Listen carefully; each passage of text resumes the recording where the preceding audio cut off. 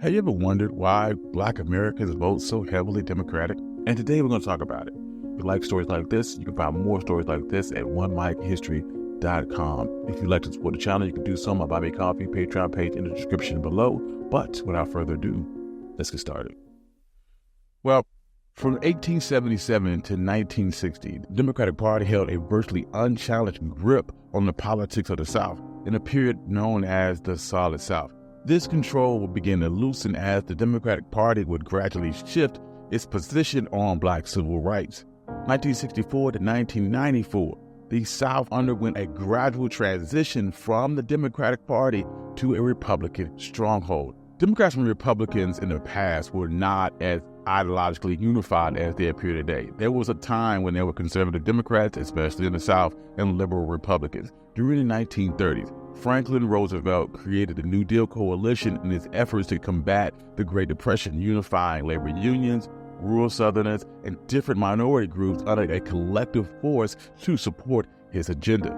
His administration even recruited some liberal Republicans to that coalition, resulting in the formation of the Black Cabinet, which was a group of Black leaders who served as policy advisors to the president. Simultaneously, a conservative coalition emerged consisting of conservative Democrats, especially in the South, and some conservative Republicans. These two coalitions remained active into the 1960s, prompting some Southern Democrats to switch over to the Republican Party. This dynamic led to a more progressive Democratic establishment in conflict with the conservative Southern voting bloc in matters such as race and social welfare. After the 1948 presidential election, President Harry Truman made an explicit appeal to new civil rights measures before Congress, including voting rights protections, a federal ban on lynching, and bolstering civil rights laws. Because of this, he faced a break from Southern Democrats, who formed a states' right Democratic Party under Southern Governor Strom Thurmond. Strom Thurmond's ticket won almost 1 million votes and 39 electoral votes taken in Louisiana, Mississippi, Alabama, and South Carolina. Nonetheless, Harry Truman was successful in winning the election with 77% of the Black vote, and the number of African Americans identifying as Democrats would progressively increase. This surge of Black solidarity for the Democratic Party led to an electoral advantage for the party and the implementation of racially progressive policies. This shift caused white segregationists to consider a third-party presidential bid, indicating they were searching for a new political home. This exhibited some of the first major weakenings of the Solid South, and in the 1952 and 1956 election, Dwight Eisenhower's GOP began to make further inroads into the South. Southern Democrats were instrumental in the segregationist movement opposing Black civil rights during this period. Virginia Governor Harry Byrd established the Massive Resistance Campaign to combat school desegregation, and 99 Southern Democrats endorsed the Declaration of Constitutional Principles that was the Southern Manifesto, an objection to desegregation initiative.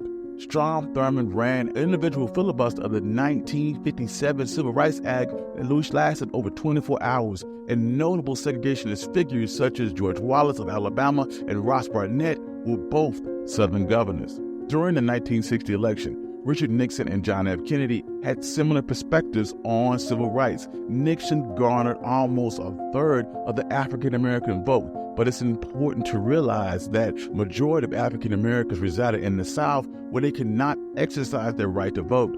Also during the 1960 election, frustrated Southern electors from 14 states that had cast their ballots for John F. Kennedy during the presidential election declined to cast their vote for him, instead voting for Harry Byrd, who wasn't even a candidate. This election marked the last time a presidential candidate was able to receive more than 15% of the African American vote. In 1968, the presidential election saw another major shift into the South as the region continued to abandon the Democratic Party. Only Texas, the home state of Democratic nominee Hubert Humphrey, voted for him in this election. George Wallace, running on a campaign of only white supremacy for the American Independent Party, was successful in gaining 10 million votes and 46 electoral votes in 5 southern states: Arkansas, Louisiana, Mississippi, Alabama, and Georgia.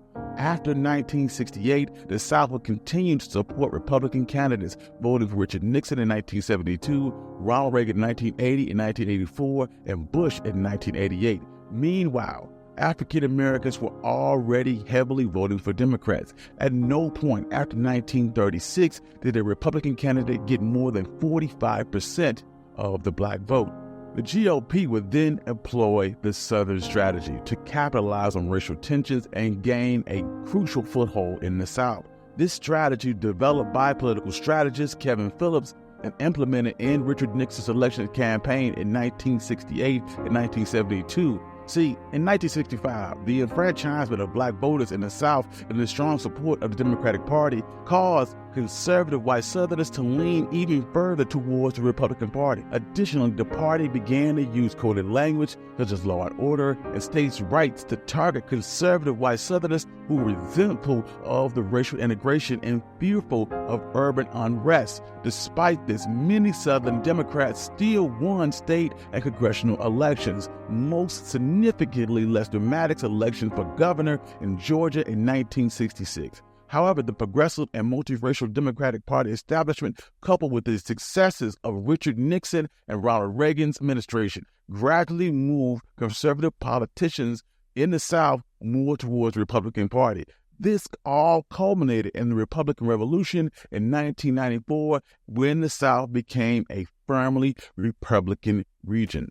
Meanwhile, the Democratic Party strengthened its bond with black voters, leading to groundbreaking establishments such as the election of Douglas Wilder as the first black governor in the United States. Even Jesse Jackson's two unsuccessful presidential campaigns in 1984 and 1988 were instrumental in producing the necessary amendments to the Democratic Party's platform, further increasing the number of black representatives, mayors, and other elected officials. As a result of all of this, identity politics has now become fully entangled with partisanship. The Republican Party is now attracting more white voters than ever, while black voters have become increasingly connected to the Democratic Party.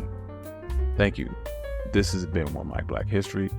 Like stories like this, you can find more stories like this on MikeHistory.com. Also, please hit that like button and subscribe to the channel. I'd like to thank all my Patreon subscribers. Without you, none of this could be possible. Peace.